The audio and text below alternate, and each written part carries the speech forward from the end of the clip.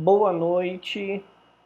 Olá, meus amigos, minhas amigas que nos acompanham aqui semanalmente do nosso estudo Conhecendo Nosso Lar. É um prazer estar de volta com vocês por todas as mídias, as redes sociais do Conhecendo o Espiritismo. Espero que todos estejam bem, superando os desafios desse momento mais difícil, desse momento de pandemia mais difícil, conectados com Jesus e com Deus, que possamos aurir tanto forças para vencermos os desafios que esse momento está nos trazendo, quanto lucidez, resignação para aprendermos o que precisamos aprender com tudo isso. Estou muito feliz de estarmos aqui juntos mais uma vez, hoje para estudarmos o capítulo 34, intitulado Os Recém-Chegados do Umbral. Como é de praxe, como acabou se tornando hábito aqui do nosso estudo, da nossa metodologia, nós sempre conduzimos a reflexão, a análise, de forma a selecionarmos temas eixo dentro do capítulo. Alguns desses temas são mais óbvios, o próprio André Luiz nos indica, outros muitas vezes nós, a partir de um olhar específico, selecionamos e construímos para que a reflexão possa se dar de forma mais rica e aprofundada. E no capítulo 34, no capítulo de hoje, nós vamos ver dois temas eixo que são como o Espiritismo percebe, compreende, interpreta, se posiciona a questão com relação à questão da escravidão no primeiro momento e depois com relação à existência do céu, do inferno, do purgatório e assim vai. Esses dois temas, eles são tratados nesse capítulo a partir de um estudo de caso que nós vamos conferir a partir de agora. Caso você não tenha assistido os estudos anteriores, esteja conhecendo o nosso estudo a partir de hoje, basta acessar a playlist do Conhecendo o Espiritismo, a playlist lá com o título do nosso estudo, Conhecendo o Nosso Lar, no canal do Conhecendo o Espiritismo, melhor dizendo, e lá você vai ter então acesso a todos os capítulos anteriores, as lives de perguntas e respostas. Como muitos companheiros que acompanham o nosso estudo às vezes não têm tempo de ler o capítulo de forma antecipada, ou acompanham só mesmo o estudo pelo vídeo, nós também adotamos a estratégia de lermos alguns trechos, alguns estudos maiores, outros estudos menores, para que possamos então situar, contextualizar aí o que André Luiz vai nos trazer. E é assim que nós vamos começar hoje, a partir de agora. Então, no comecinho do texto, André Luiz, após registrar a chegada desses espíritos que foram trazidos do umbral pelos samaritanos, ele vai narrar o seguinte para a gente. Atacando igualmente o serviço, notei que uma velhota procurava descer do último carro com muita dificuldade. Observando-me perto, exclamou espantada: "Tenha piedade, meu filho, ajude-me, por amor de Deus." Aproximei-me com interesse. "Cruzes, credo", continuou benzendo-se, "graças à providência divina, afastei-me do purgatório." Então vejam que no imaginário desta senhora, o umbral para ela era a região que, no dogma de muitas escolas, de muitas denominações religiosas, é o que nós chamamos de purgatório. Muitos de nós associamos de forma automática o umbral ao inferno, mas no imaginário dela, na percepção dela, ela estava no purgatório. E aí ela vai dizer então: ah, que malditos demônios lá me torturavam. Vejam como é contraditório, porque demônios no purgatório, que inferno! Mas os anjos do Senhor sempre chegaram. Ajudei-a a descer, tomado, melhor dizendo, de extrema curiosidade.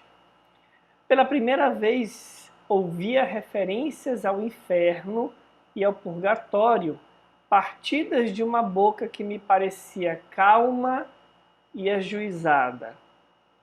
Parecia é o verbo utilizado.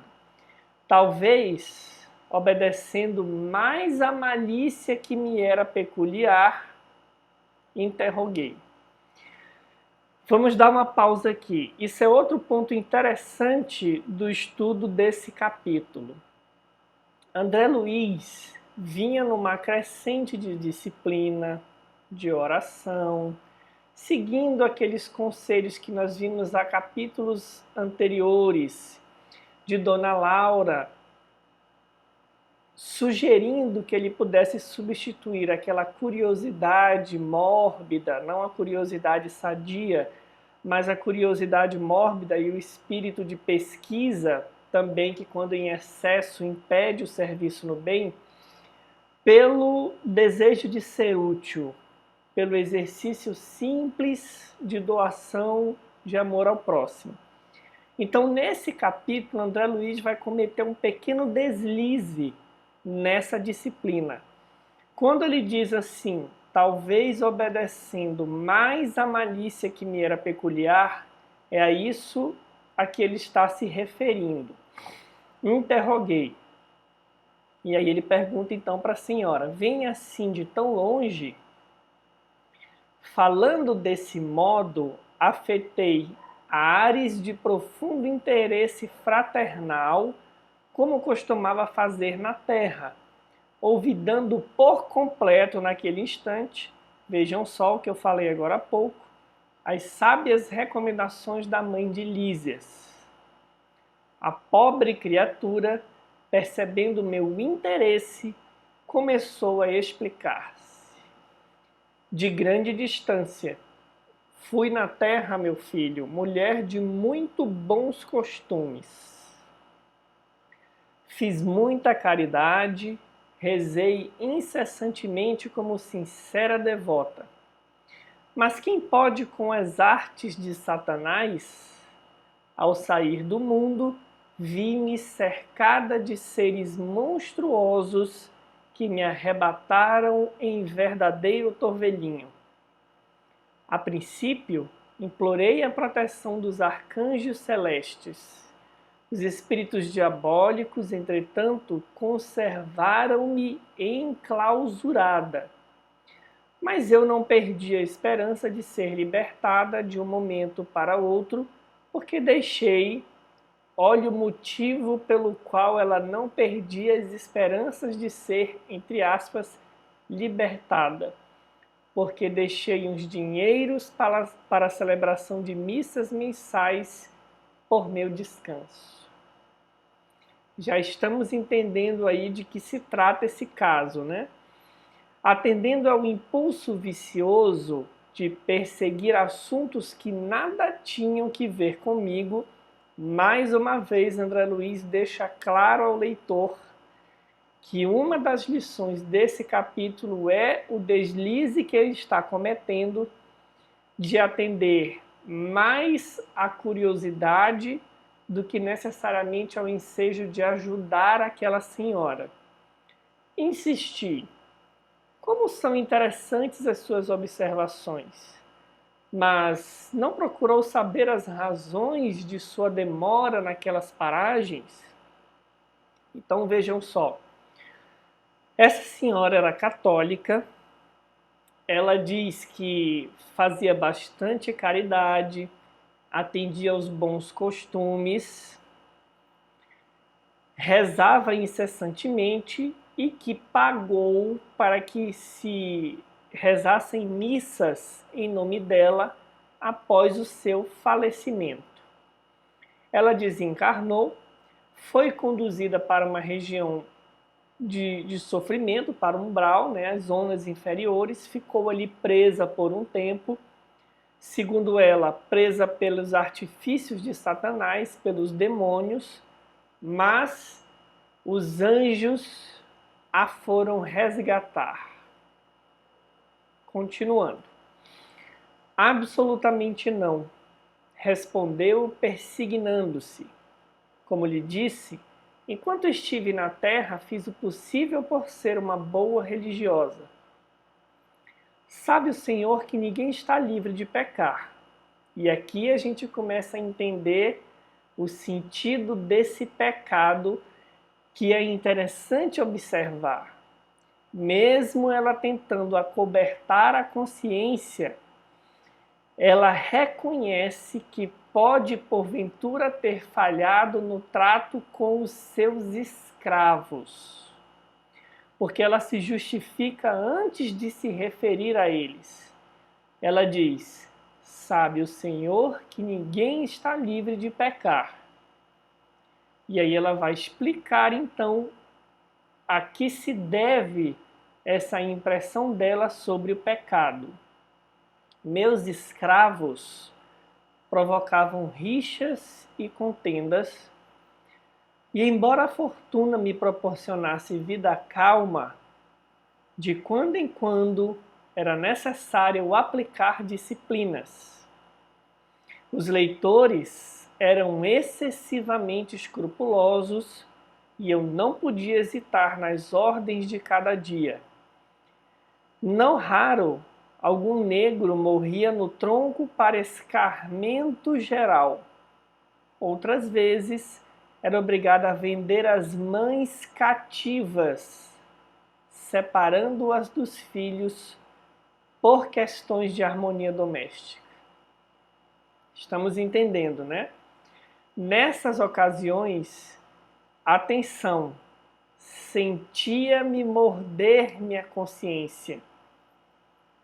Então, quando ela matava um escravo, quando mandava matar um escravo no tronco para servir de exemplo aos outros, ou quando separava a mãe dos filhos para evitar desarmonias ali na senzala, a consciência dela a acusava. Então, não é alguém portador de uma ignorância.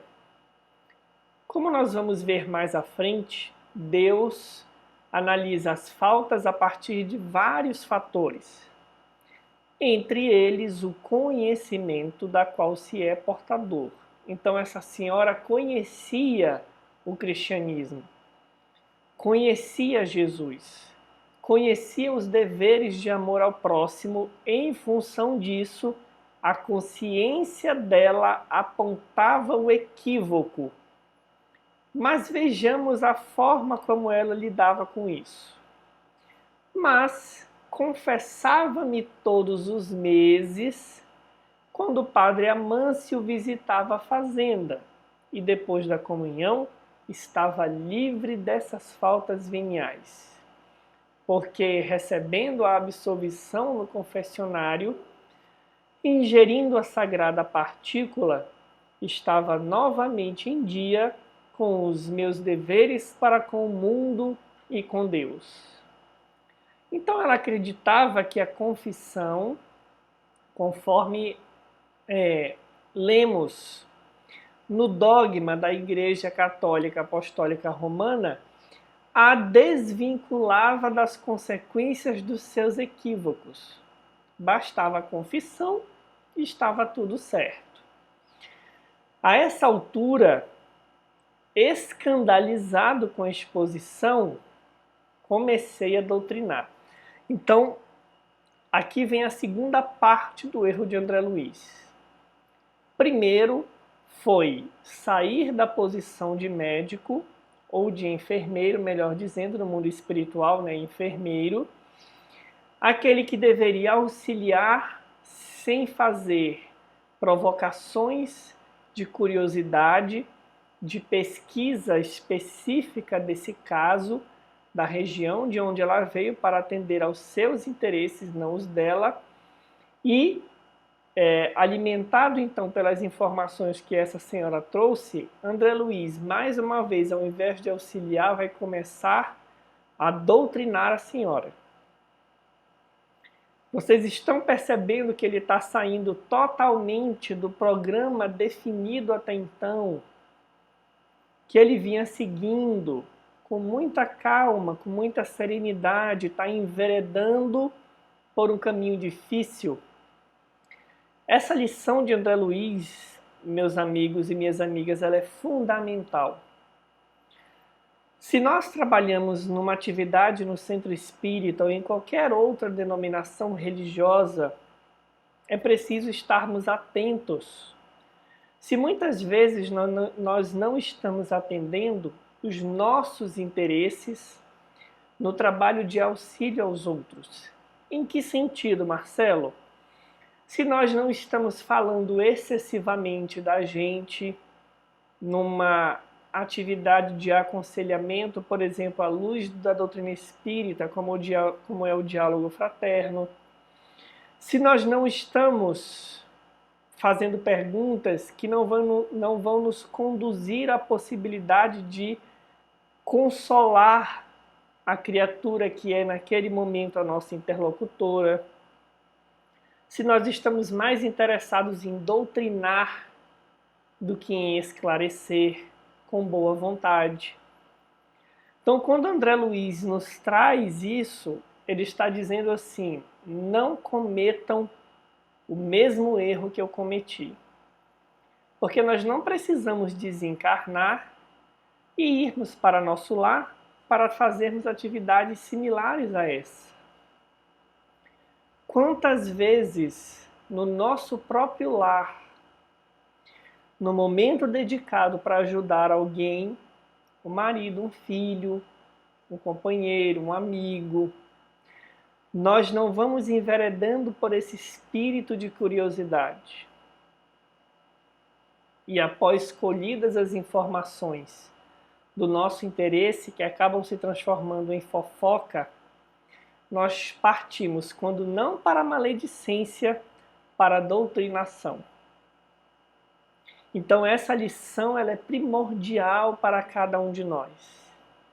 E aí o André Luiz então começa a doutrinar. Minha irmã, essa razão de paz espiritual era falsa. Os escravos eram igualmente nossos irmãos. Perante o Pai Eterno, os filhinhos dos servos são iguais aos dos senhores, referindo-se aqui ao ato dela de separar as mães escravas dos filhos. Ouvindo-me, vejam a reação dela, bateu o pé autoritariamente e falou irritada. Isso é que não. Escravo é escravo. Se assim não fora, a religião nos ensinaria o contrário. Então, quando nós lemos lá no primeiro capítulo de O Evangelho segundo o Espiritismo, que aquilo que nós chamamos de lei de Moisés tinha fundamentos humanos relativos dos usos e costumes dos homens, mas tinha também uma parcela da lei de Moisés de origem divina, portanto natural, imutável, válida para todos os povos. Essa senhora, quando diz que a religião ensinava que os escravos eram seres inferiores, está se referindo a uma interpretação equivocada do pensamento religioso humano que em determinado momento histórico corroborou práticas de escravidão. Como é comum vermos ao longo da história, várias vezes, diversas denominações religiosas, pelos interesses humanos, não pela falha de Deus acabaram assinando embaixo, fundamentando, justificando práticas que se distanciam daquilo que o próprio Jesus nos ensinou. Então, quando ela diz assim, seguia os bons costumes. Em 1888, que foi o ano que ela desencarnou, era natural dos costumes a escravidão. Mas como nos diz Divaldo Franco, o fato de um ato ser legal não o torna moral. Então, usar como desculpa os costumes, quando ela tinha conhecimento dos ensinamentos de Jesus, não a excusa das faltas cometidas. Mas ela segue dizendo, pois se havia cativos, olha só a justificativa, se havia cativos em casa de bispos, quanto mais em nossas fazendas. Quem haveria de plantar a terra, senão eles? E creia que sempre lhes concedi minhas senzalas como verdadeira honra. Em minha fazenda nunca vieram ao terreiro das visitas, senão para cumprir minhas ordens. Padre Amâncio, nosso virtuoso sacerdote, disse-me na confissão que os africanos são os piores entes do mundo, nascidos exclusivamente para servirem a Deus no cativeiro. Então ela ouviu isso de um padre. Pensa então que me poderia encher de escrúpulos no trato com essa espécie de criaturas? Vejam como ela é contraditória, porque a consciência aponta que ela cometia erros. Mas justificada nos bons costumes, entre aspas, e nesse equívoco de determinado momento religioso, ela cala a consciência e dá aso a determinadas práticas. Não tenha dúvida, os escravos são seres perversos, filhos de Satã. Chego a admirar-me da paciência com que tolerei essa gente na terra. Quando nós começamos a ouvir isso, a gente até chega a se questionar, porque nós estamos longe de entender a misericórdia divina. Como é que uma senhora dessas foi resgatada para entrar em nosso lar? A partir dos estudos anteriores, nós podemos constatar, como por exemplo no caso daquela mulher que bate nos portões de nosso lar, pedindo entrada, que tinha assassinado mais de 50 crianças depois do nascimento e afirmava-se boa, pura e que tinha feito aquilo para ajudar as mães, querendo entrar no céu. Nós trazemos a lembrança da fala do vigilante que dizia assim: alguns de nós temos atenuantes ou já estamos nos começando a nos incomodar com as faltas. Então, quando ela é questionada, essa senhora, ela puxa a justificativa dos bons costumes, da religião. Mas, por outro lado, a gente vê que a consciência já aponta para o cometimento de erros graves. Isso, a meu ver, talvez justifique a chegada dela em nosso lar. E devo declarar que saí quase inesperadamente do corpo por me haver chocado a determinação da princesa, libertando esses bandidos, melhor dizendo. Decorreram muitos anos, mas lembro-me perfeitamente. Achava-me adoentada havia muitos dias e, quando o padre Amâncio trouxe a nova da cidade, piorei de súbito. Como poderíamos ficar no mundo vendo esses criminosos em liberdade? Certo, eles desejariam escravizar-nos por sua vez, e a servir a gente dessa laia, não seria melhor morrer? Recordo que me confessei com dificuldade, recebi as palavras de conforto do nosso sacerdote, mas parece que os demônios são também africanos e viviam à espreita, sendo eu obrigada a socorrer-lhe, a sofrer-lhes, melhor dizendo, a presença até hoje. Por que ela diz que os demônios também eram africanos?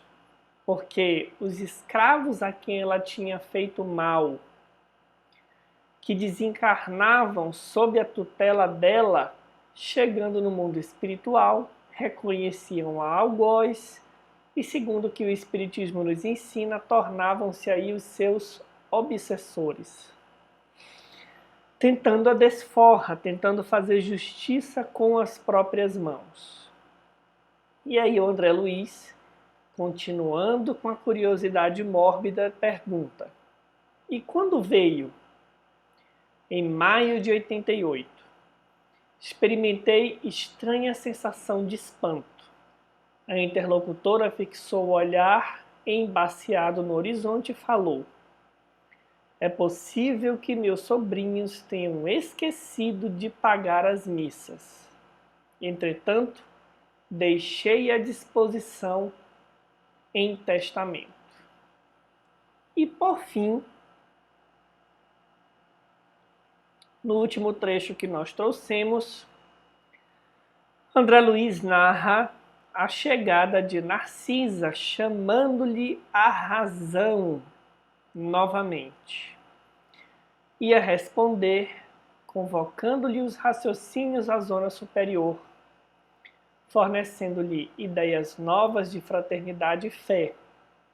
Mas Narcisa aproximou-se e disse-me bondosa: André, meu amigo, você esqueceu que estamos providenciando alívio a doentes e perturbados? Que proveito lhe advém de semelhantes informações? Os dementes falam de maneira incessante, e quem os ouve gastando interesse espiritual pode não estar menos louco.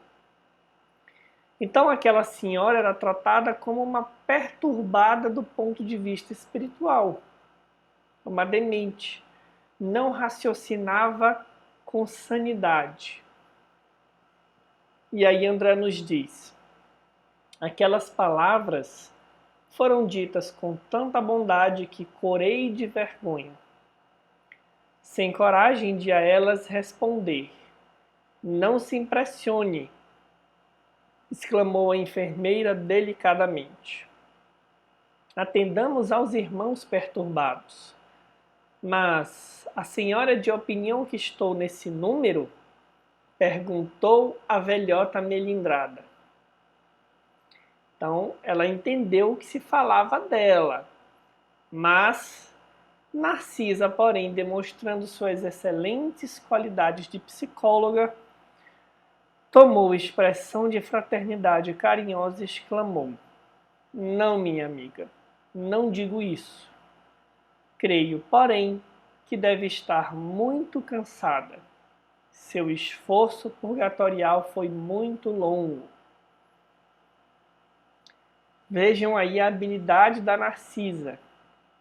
Nós estamos falando de um atendimento, de um hospital em nosso lar.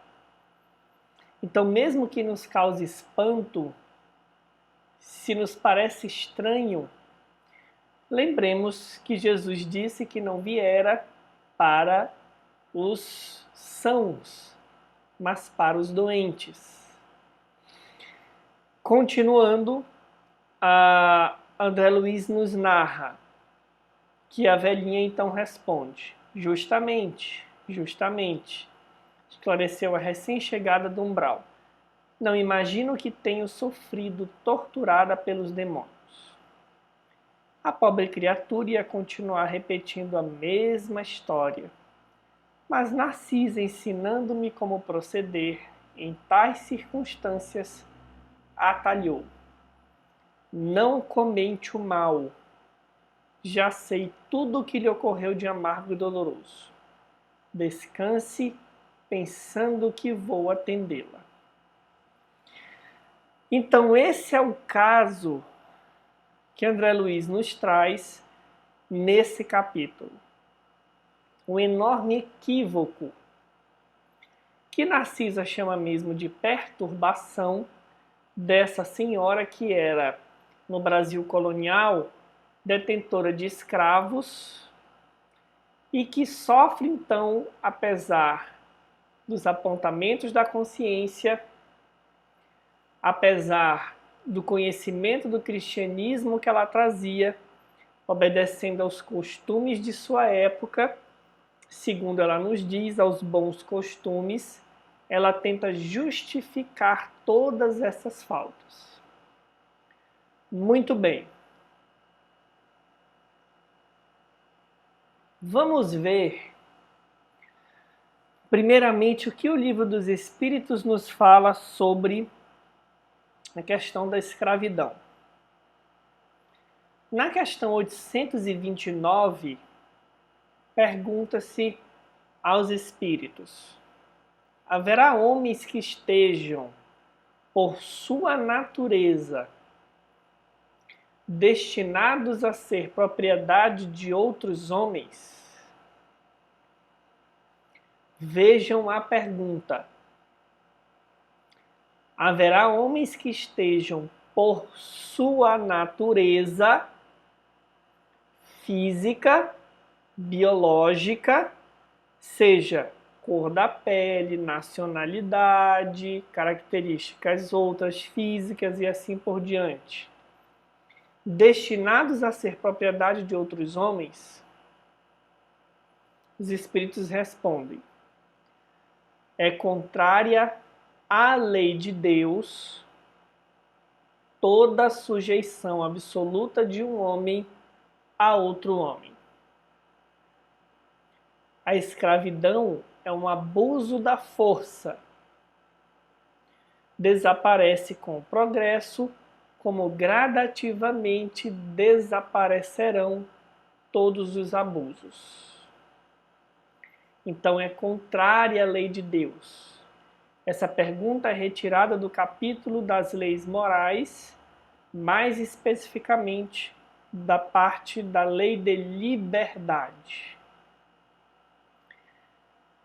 Questão seguinte, melhor dizendo, Kardec comenta a resposta dos espíritos dizendo: é contrária à natureza a lei humana que consagra a escravidão, pois que assemelha o homem ao irracional e o degrada física e moralmente. Então, a lei dos homens pode corroborar tais práticas, mas a lei de Deus, que segundo o Espiritismo nos ensina, é a mesma lei natural, não corrobora, não autoriza tais práticas. Como dissemos, pode ser legal, mas nunca o foi moral. Na questão 830, pergunta-se: quando a escravidão faz parte dos costumes de um povo? Lembrem do caso da senhora que chegou em nosso lar, que dizia que atendia aos costumes de sua época. Parece que a pergunta foi feita para o caso dela, né? Quando a escravidão faz parte dos costumes de um povo, são censuráveis os que dela aproveitam, embora só o façam conformando-se com o uso que lhes parece natural? Ou seja, essas pessoas que cresceram nesses costumes, que foram educadas a achar que isso é natural, deverão sofrer censura da parte da lei de Deus por cometerem tais atos de possuírem escravos, por exemplo? Primeira parte da resposta dos Espíritos diz: o mal é sempre o mal, e não há sofisma que faça se torne boa uma ação má. Não dá para relativizar o mal. O mal é sempre o mal, o bem é sempre o bem. Mas a responsabilidade, dizem os espíritos, porém, do mal é relativa aos meios de que o homem disponha para compreendê-lo. Aquele que tira proveito da lei de escravidão é sempre culpado de violação da lei da natureza. Muita atenção, os espíritos não estão relativizando o mal,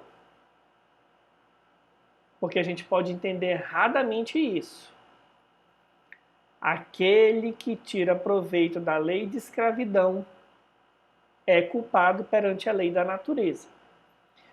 Mas nisso, como em tudo, a culpabilidade, não o mal, é relativa. Tendo-se a escravidão introduzido nos costumes de certos povos, possível se tornou que, de boa fé, o homem se aproveitasse dela como de uma coisa que lhe parecia natural. E aí a gente lê isso aqui, ficamos estarrecidos e pensamos no caso da senhora, será se ela é mesmo inocente?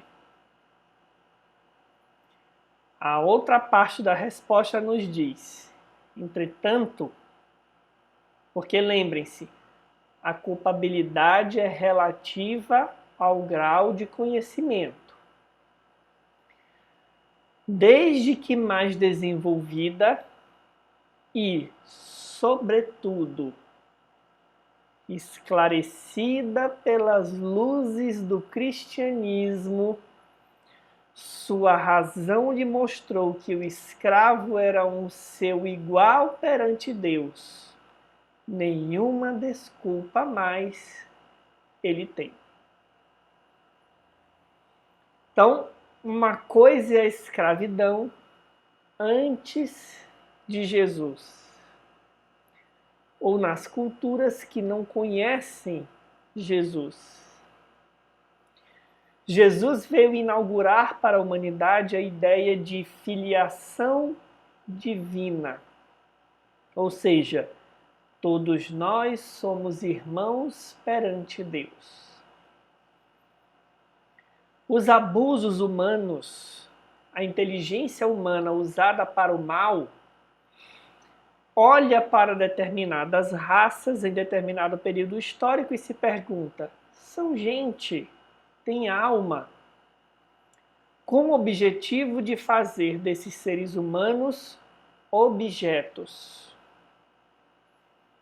Mas, como uma vez conhecidos os ensinamentos de Jesus, a consciência não mais pode se desculpar do seu desconhecimento, os espíritos dizem que quem conhece o cristianismo já tem competência suficiente para que a sua razão lhe mostre que o escravo é seu igual perante Deus. Amai a Deus sobre todas as coisas e ao próximo como a si mesmo. E então o doutor da lei pergunta: quem é o meu próximo? E Jesus conta a parábola do bom samaritano, colocando não o sacerdote cumpridor dos costumes como sendo o bom, não o transeunte que passa e não atende, mas o samaritano, que era mal visto pelos judeus. O samaritano é o próximo, porque naquele caso ele auxiliou o homem caído. E Emmanuel, refletindo sobre essa mensagem, nos diz: o próximo não é somente aqueles a quem estendemos a mão, mas aquele de quem carecemos o auxílio. Então, Jesus igualou todos os homens através da filiação divina. Os judeus trouxeram a unicidade da divindade. Deus é único, onipotente. O cristianismo, ou melhor, Jesus, nos trouxe a ideia de que todos somos, por essa filiação divina, irmãos, iguais. E o Espiritismo vem corroborar todas essas revelações, nos mostrando então que todos somos destinados à perfeição espiritual quando passamos pelas múltiplas reencarnações até alcançarmos aí esse grau de perfeição. Então, segundo o olhar espírita, de acordo com os ensinamentos de Jesus, nenhuma forma de escravidão ou de abuso da força é compatível com a lei de Deus. Mesmo que os costumes aprovem, e a gente tem que ter muito cuidado, por isso, com o que a gente chama de bons costumes. Se os bons costumes aprovam qualquer forma de violência, de abuso da força, esses bons costumes são somente perante os homens. A cultura de determinado tempo. Não são perante a lei de Deus. Porque muitos de nós, equivocadamente, adotamos comportamentos e valores que são relativos aos bons costumes, não aos bons costumes relativos à lei de Deus, que o Espiritismo nos revela com muita propriedade, mas aos bons costumes relativos à relatividade da forma de ver dos homens do nosso tempo, que pode, inclusive, se afastar da lei de Deus. Temos que ter muito cuidado para não cometermos esse erro.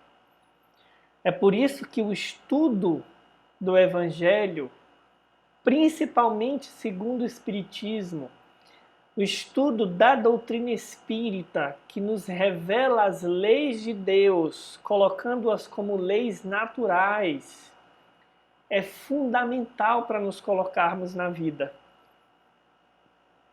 Porque muitas vezes nós vamos identificando que aquilo que no nosso tempo pode ser considerado como normal, como natural, mais à frente será identificado como uma violação à lei de Deus.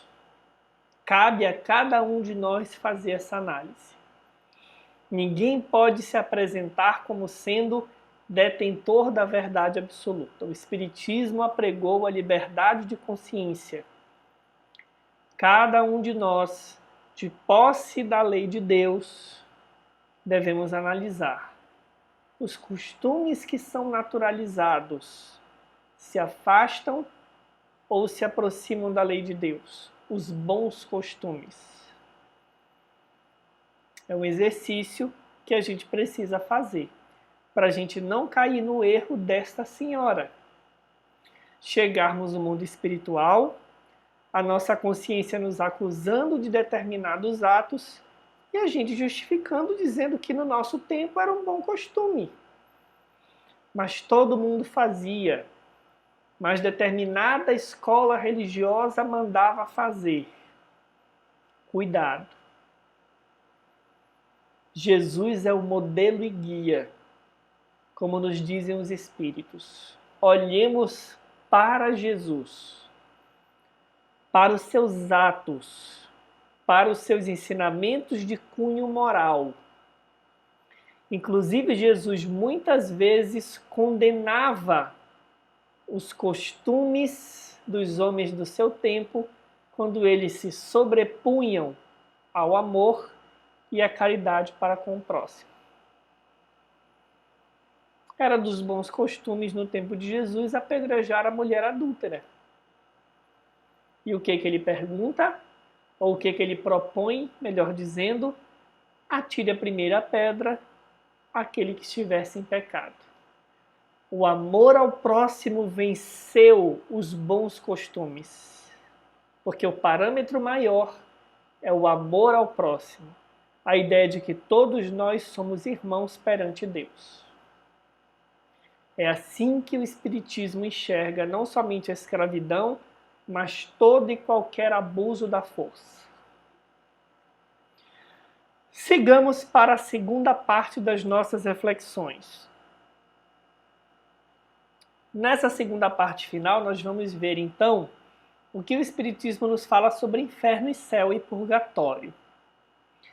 Na questão 1012 do Livro dos Espíritos também, pergunta-se: haverá no universo lugares circunscritos para as penas e gozos dos espíritos segundo seus merecimentos? Vejam que a pergunta é bastante provocativa. Haverá no universo, não é ao redor da Terra, no universo, lugares circunscritos para as penas e gozos dos espíritos, segundo os seus merecimentos? E aí os espíritos dizem: já respondemos essa pergunta. As penas e gozos são inerentes ao grau de perfeição dos espíritos. Cada um tira de si mesmo o princípio de sua felicidade ou sua desgraça. De si mesmo. Cada um tira de si mesmo. E como eles estão por toda parte, os espíritos estão por toda parte, nenhum lugar circunscrito ou fechado existe especialmente destinado a uma ou outra coisa. Nosso lar, que muitos erradamente pensam ser uma espécie de céu. Olha os espíritos que são resgatados e trazidos para nosso lar. Vivem um inferno interior.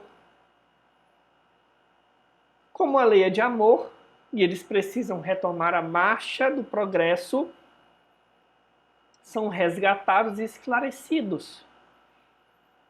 Mas Lísias diz: nós que estamos em nosso lar somos felizes porque temos trabalho.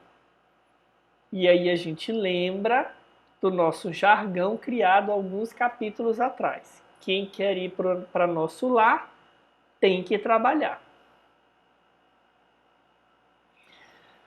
Quanto aos encarnados, esses são mais ou menos felizes ou desgraçados, conforme mais ou menos adiantado o mundo em que habitam.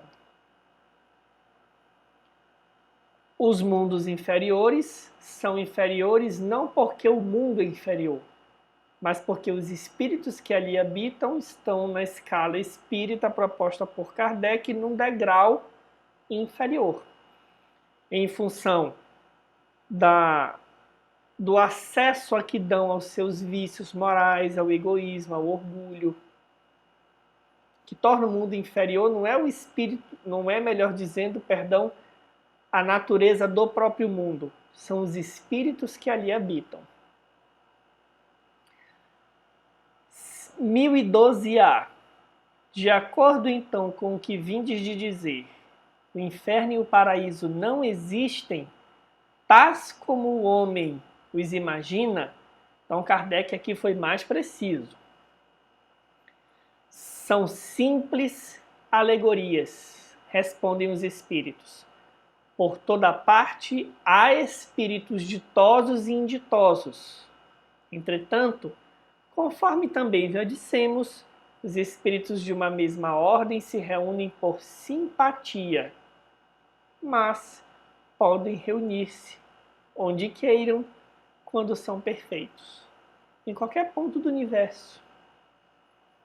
Não existe um céu destinado que cria uma espécie de cercania para os espíritos perfeitos, felizes, da qual eles não podem sair dali. Ao contrário, o Espiritismo nos ensina que os espíritos que vivem nos mundos superiores deixam esses mundos para cuidar dos espíritos em sofrimento nos mundos inferiores. Porque o céu, utilizando-me dessa palavra, não poderia ser um tédio eterno. Ficar sem fazer nada a eternidade inteira. Prossegue Kardec, comentando a resposta dos espíritos. A localização absoluta das regiões das penas e das recompensas só na imaginação do homem existe.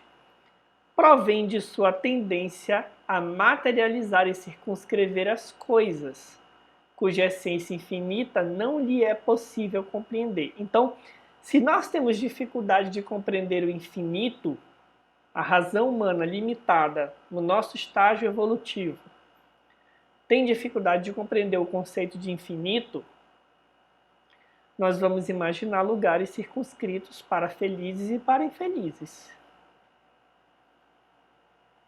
E aí, como esse imaginário foi construído num tempo em que a ciência não tinha revelado toda a expansibilidade do universo, o tamanho do universo, os componentes geológicos do nosso próprio planeta, nós imaginávamos que o céu dos felizes era o nosso céu, sendo que considerado do ponto de vista do universo não tem embaixo nem em cima,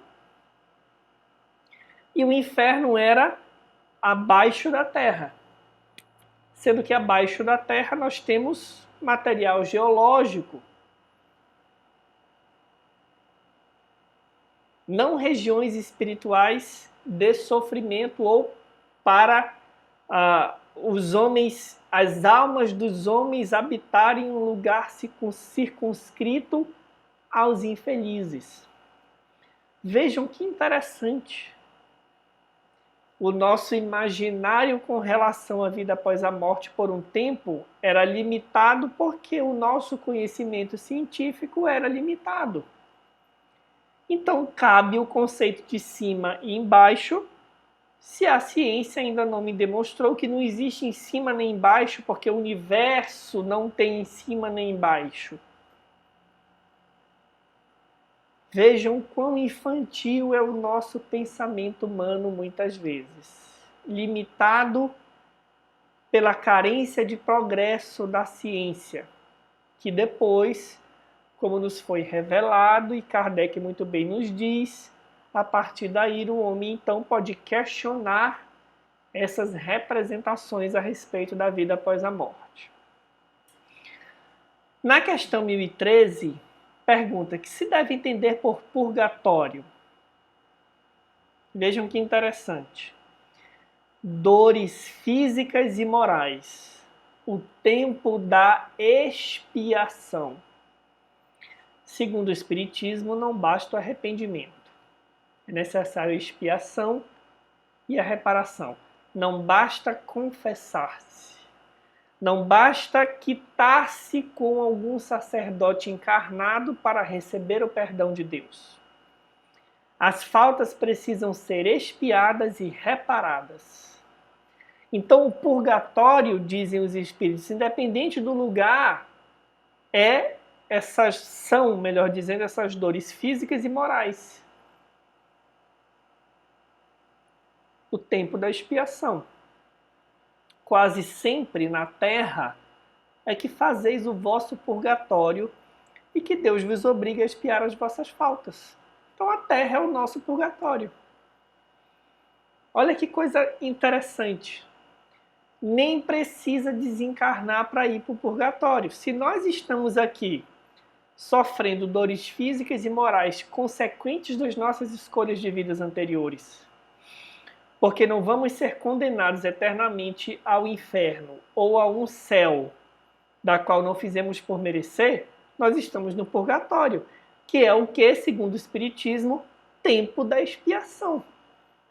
Estamos nos melhorando, passando pelas dores para merecermos regiões mais felizes, que não são regiões felizes por um caráter inerente à região, mas porque os espíritos felizes ali se reúnem. Quando nos tornarmos espíritos felizes, para lá iremos. Ou para outro qualquer lugar que decidamos nos reunir com aqueles a quem amamos. Então, olha que interessante a visão espírita de purgatório. Lá na obra Céu e Inferno, no capítulo 4, intitulado O Inferno Cristão, imitado do inferno pagão, em que Kardec vai nos mostrar que essa ideia, esse imaginário de inferno cristão, ele foi muito inspirado no inferno pagão. Kardec vai nos dizer o seguinte: essa mistura das ideias pagãs e das ideias cristãs nada tem que deva surpreender. Jesus não podia subitamente destruir crenças enraizadas. Faltavam aos homens os conhecimentos necessários para conceber o infinito do espaço e o número infinito dos mundos, como dissemos, a ideia pequena de cima e embaixo. Cientificamente, o homem acreditava que a Terra era o centro do universo e só havia a Terra, o Sol e a Lua. A Terra era para eles o centro do universo. Não lhe conheciam nem a forma, nem a estrutura interna. Tudo era para eles limitado a seu ponto de vista. Suas noções do futuro não se podiam estender além de seus conhecimentos. Então, para homens desse imaginário pequenino, Jesus achava-se então na impossibilidade de iniciá-los no verdadeiro estado de coisas. Para que Jesus falasse que não existia céu e inferno conforme eles imaginavam, Jesus teria que ensinar 2000 anos de avanço científico, o que era impossível naquela época. Então Jesus se limita a emprestar alguns conceitos para despertar o fundo moral da reflexão a respeito da vida após a morte, deixando que o tempo e a lei de progresso natural fizesse o seu trabalho. Mas, por outro lado, Jesus, não querendo sancionar por sua autoridade os preconceitos vigentes, se absteve, deixando ao tempo o cuidado de retificar as ideias. Jesus não corroborou o equívoco, mas não podia corrigi-los totalmente. Limitou-se a falar vagamente da vida bem-aventurada e dos castigos que aguardam os culpados, mas em nenhum lugar, em seus ensinamentos, se encontra o quadro dos suplícios corporais dos quais os cristãos fizeram um artigo de fé. O Novo Testamento da narrativa de Jesus em nenhum lugar se encontra. Eis como as ideias do inferno pagão se perpetuaram até os nossos dias. E aí finaliza então Kardec dizendo: foi precisa a difusão das luzes nos tempos modernos e o desenvolvimento geral da inteligência humana para lhes fazer justiça. Mas então, como nada de positivo substituía as ideias preconcebidas, ao longo período de uma crença cega sucedeu como transição o período de incredulidade, ao qual a nova revelação, o Espiritismo, vem por um termo. Era preciso demolir antes de reconstruir, pois é mais fácil fazer aceitar ideias justas aqueles que não creem em nada, porque eles sentem que lhes falta algo do que os que têm uma fé robusta no que é absurdo. Então, nós tivemos o advento da ciência, a incredulidade, porque nós descobrimos quão infantil era o nosso pensamento sobre muitos pontos. Quando nos percebemos nesse vácuo de conhecimento, Deus manda então a doutrina espírita, a terceira revelação, para completar com a chave dos ensinamentos dos espíritos a verdadeira interpretação do que Jesus disse e fez, incluindo céu e inferno. E para a gente concluir, resumidamente, vejam o que nos diz Chico Xavier. O próprio Chico, não é Emmanuel aqui, nem André Luiz, é Chico, no livro Palavras de Chico Xavier. Dentro da visão espírita cristã, céu, inferno e purgatório começam dentro de nós mesmos. O que é o céu para o espírita? A alegria do bem praticado. É o alicerce do céu. Viver conforme as leis de Deus é o alicerce do céu. Estando você na terra, se já está praticando a lei de Deus, vivendo conforme a lei de Deus, já está antecipando essa sensação, entre aspas, de céu. Não precisa ir para algum lugar, nem para nosso lar. Eu vou para nosso lar não porque nosso lar vai me fazer feliz. Eu já vivo me aclimatando à lei de Deus. E por isso, por afinidade, eu convivo com espíritos que fazem o mesmo, que podem se reunir em nosso lar ou em qualquer outro lugar. A má intenção já é um piso para o purgatório. Então, purgatório, diz o Chico, é construído pela má intenção, porque não basta não fazer o mal, é preciso fazer o bem. E Jesus nos diz que adultério não é somente a concretização do mal. Adultério não no sentido só de poligamia, mas de todo pensamento mal, conforme nos diz o Evangelho segundo o Espiritismo. A intenção já é um prenúncio do mal. Então, Chico, muito contemporaneamente com o ensinamento espírita, diz: a má intenção já é um piso para o purgatório. Para o quê? Para a necessidade de expiação. Lembram que os espíritos nos dizem, o purgatório pode ser a própria terra, onde a gente vai expiar. É o tempo da expiação, dores físicas e morais. Por último, o mal devidamente efetuado, positivado, já é o remorso, que é o princípio do inferno. Inferno é o espírito constatando o quanto se afastou da lei de Deus. Essa dor, ela é gigantesca, inenarrável. A tomada de consciência do espírito que se vê distante da lei de Deus, que tomou escolhas que o distanciaram da lei de Deus, já é aí um inferno propriamente dito. Então, meus irmãos, pensemos a partir do caso dessa senhora na nossa própria caminhada, nos nossos equívocos, no imaginário que muitos de nós ainda guardamos, adaptando apenas para o conhecimento espírita, mas o fundo ainda é aquela representação dogmática de céu, inferno e purgatório. Nosso lar não é o céu, umbral não é o inferno. Eles estão dentro de nós a partir das escolhas que nós fazemos todos os dias. É preciso saber viver consentaneamente com as leis de Deus.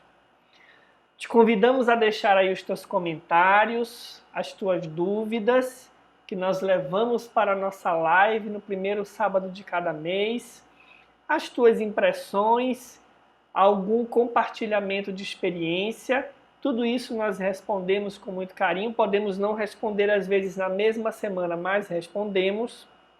E nos despedimos então, deixando aqui o nosso forte abraço e desejando que você tenha uma excelente semana.